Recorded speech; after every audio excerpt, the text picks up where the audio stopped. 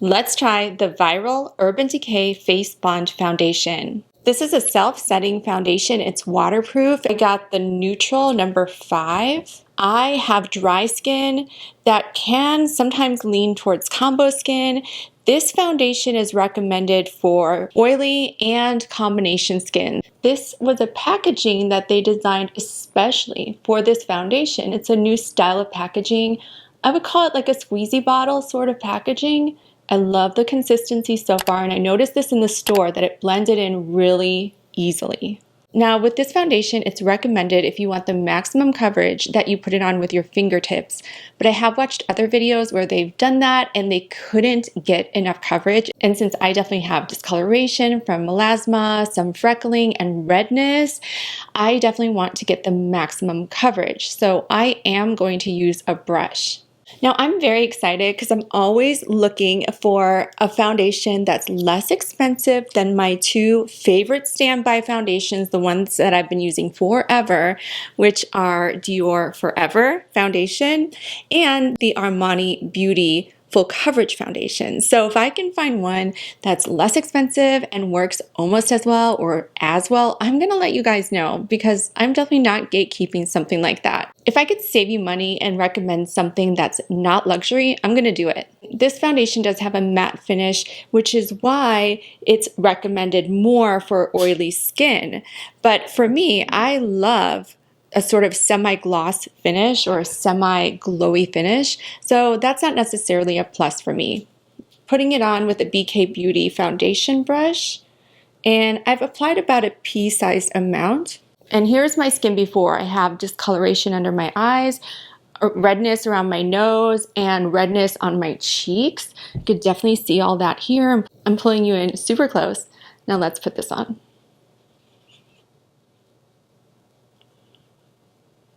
Ooh, this is a pretty good coverage.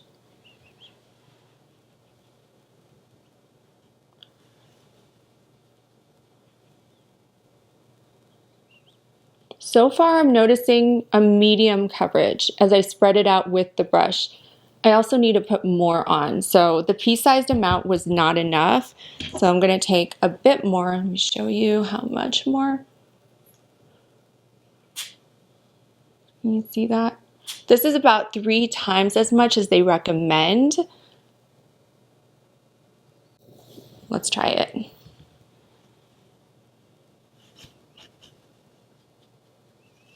Working it in around my jawline. I'm not noticing that it dries down too quick or anything. I could definitely still blend it in.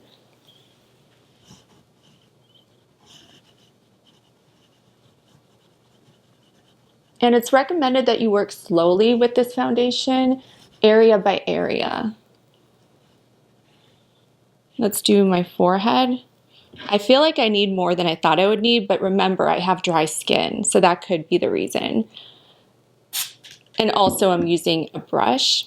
Could that be another reason? Not sure. Okay, let's make sure it's all in. Oh, let's do my nose. Ooh, I think I put too much on.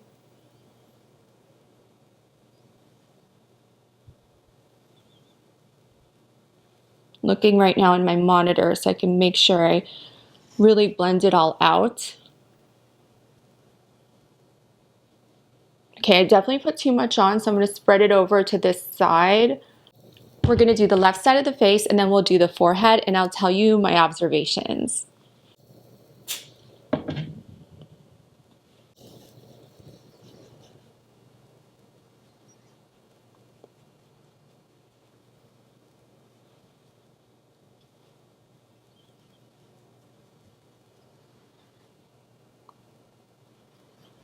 So after application, here are my thoughts. I don't feel it on my skin. It's a very lightweight formula. I also don't have kind of that really made up look, which makes sense because it is kind of a medium coverage, and I definitely see that. It's nice not to look caked on. It really went on very well as soon as I was able to figure out how much to use. At one point, I used too little. At another point, I used too much. So there's definitely a learning curve figuring out how much you personally will need. The blendability was really good. The color match to my skin was really nice. It does lean a little bit more pale than I am. It also covered really well my discoloration under my eyes, around my nose, on my cheeks. So thus far, less than an hour in, it looks really nice. Now, if it can stay this way throughout the 8 hours that they claim, then I'm gonna say this is a great foundation. And the packaging is very functional, but it's not a luxurious packaging for the price. So if you like functionality over how something looks, then this is perfect for you. I love that you can take the lid off and there's no fear of spilling it. You have to actually squeeze it, which is great. And it's super portable, of course. So you won't have to worry about breaking it because it's not glass like Dior or Armani is. I'm going to go ahead and do the rest of my makeup. I've already done my eyes and my lips, and I'm really curious how this is going to wear throughout the day, but I'm also wondering how is it going to kind of react with my blush and with my bronzer. So I'm going to go ahead and put on some bronzer and blush. I've got the Too Faced Chocolate Mousse. It's their lightest bronzer shade. I'm going to put that on first. This is my first time using it. I'm sure I'm going to use it again in the future because I want to do a bronzer video for you guys. And what caught my eye about this is how cool of a brown it is. And I definitely, because I have such fair skin, I need to use a cooler brown. Wow. I love this brown tone. This is gorgeous. It's just enough. For people who are more on the fair side, this is beautiful. You don't even have to work it in. It's amazing. I put some on my jawline just to kind of make everything look made up and nice. Do the other side. Wow. Guys, it smells like chocolate. Oh my gosh. Oh my gosh, it smells so good. I love chocolate, so. Wow, the blendability of this. No wonder it was sold out everywhere I went. Oh, I finally got it today from one Ulta. I think it was probably their last one. I don't know. But I had to go to an Ulta far away to get it. Okay. Look at this. Look at how well this blends. Wow. This is incredible. You have to really use a light hand. A light touch, I mean. This is really pretty. Wow. The smell is such an added benefit that I didn't know I needed until I got it. It smells so good. Okay, now I'm going to use some blush, and then I will put a setting powder over one side of my face. That way we can compare the side that wasn't set, because remember, the foundation claims that you don't need any setting spray or powder. We'll compare both sides in a few hours and see how and compare how they're doing with each other. For the first time ever using my Rare Beauty blush, I love this color. That is a pretty rose color. Wow. I think this is mauve. This is gorgeous. Look how pretty this is. Wow. I was not prepared for that. I've been using pink blushes, but I think this color is more me.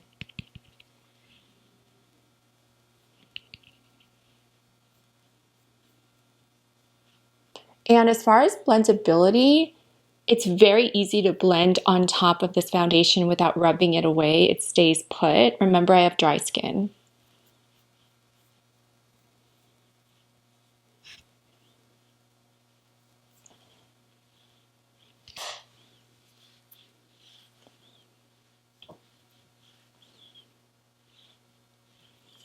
Okay, now applying the Charlotte Tilbury setting powder to the right side of my face.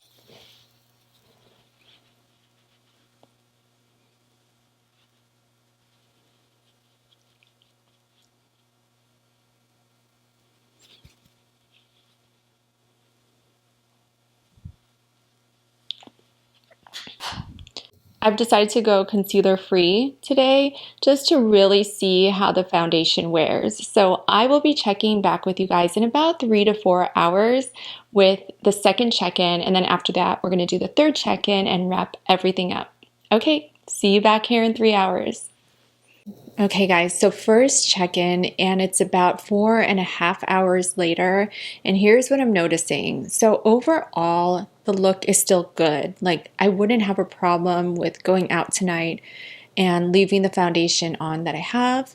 But I noticed that you can see my discoloration now through the foundation more. I would say that the coverage it gave earlier, like in the first few hours, has worn away, if that makes sense.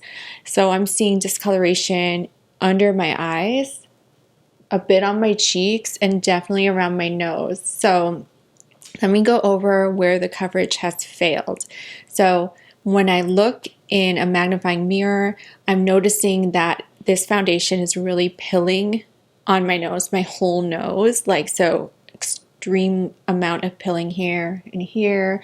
It's almost completely worn away on my nose. Now, it stayed really consistent on my cheeks. And I think that's why I'm still okay with wearing it and still okay with the overall look. Like, if it had rubbed off on my cheeks or peeled on my cheeks, I would need to reapply at this point. Let's take a look at my forehead. So the foundation still looks really great on my forehead, along my jawline, under my mouth. It seems like it has a big issue staying on right in this area, which is interesting, right? I haven't rubbed at my nose or blown my nose or anything like that, and I haven't like aggressively used a napkin. So it's just interesting that that's where it's pilling. A lot of foundations I've noticed pill at the nose and in the nasolabial fold creases. I mean, in the nostril area. So of course, no oil because I'm just not oily. It has not caused me to look oily, but it didn't need to stop any kind of oil production because it's not a factor with me. Overall though, I'm still pretty happy with it at 4.5 hours. I wouldn't say I'm knocked out by it or anything like that, but it's okay at the 4.5 hour mark. Now let's see how it looks at the 8 hour mark. See you in a bit.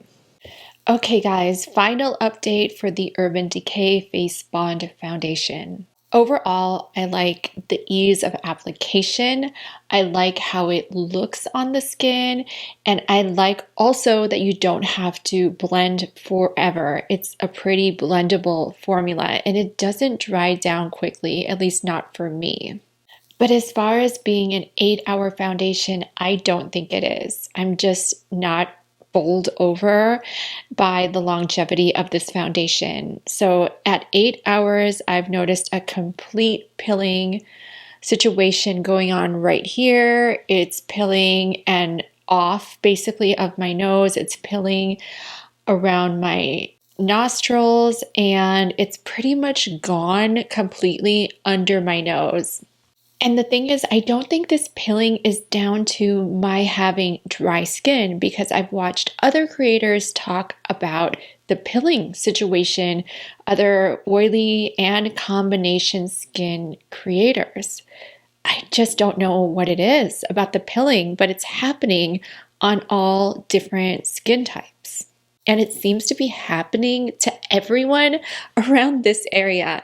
And the only way I can make sense of it is because we talk so much in this area, it's just not as durable as maybe Urban Decay thought it would be for people who make a living talking, or even just people who talk a lot. It doesn't seem to have been created for natural talking and movement. It seemed to have been created almost as if like static, like you put it on and you stay still, not much talking. And why this really hits home is because in the areas where there isn't much movement, the foundation has really stuck. So forehead, cheeks, upper cheeks especially, jawline, but everything in the area of movement has pilled, broken apart for oily skin, dry skin, combo skin creators. Now you may be wondering if the right side of my face, the side that I put a setting powder on, actually stayed better. It did not. It actually did a little bit worse. I'm not sure why. Could be a plus for those of you who don't want to have to set the foundation. And remember, the foundation claims to not need any kind of setting. It's a self-setting foundation. So with that claim, it's definitely true. Longevity it can go looking really good for about 4, maybe 5 hours max. This is the Dior Forever foundation, and this is the Urban Decay Face Bond. This is more expensive. I think this is $15 more expensive, and they're the same amount. They're both 1 ounce, 30 mLs. But here's the thing. You have to use a lot more of this than you have to use of this. Interesting, right? So you're gonna go through this much quicker. And the other thing is, I am not so sure you can get the lid off of this to really scrape in there, because you can get a lot out of this after it's quote unquote finished. So I'm still feeling like you get more bang for your buck. You do pay more, but it lasts, I think it's gonna last longer than this. I will be trying it again in the future. This is not like the end all be all last review, but if I was talking to my best friend right now, I would say I cannot recommend this yet. Okay, hopefully that helps. I'll see you all next time. Bye. Bye.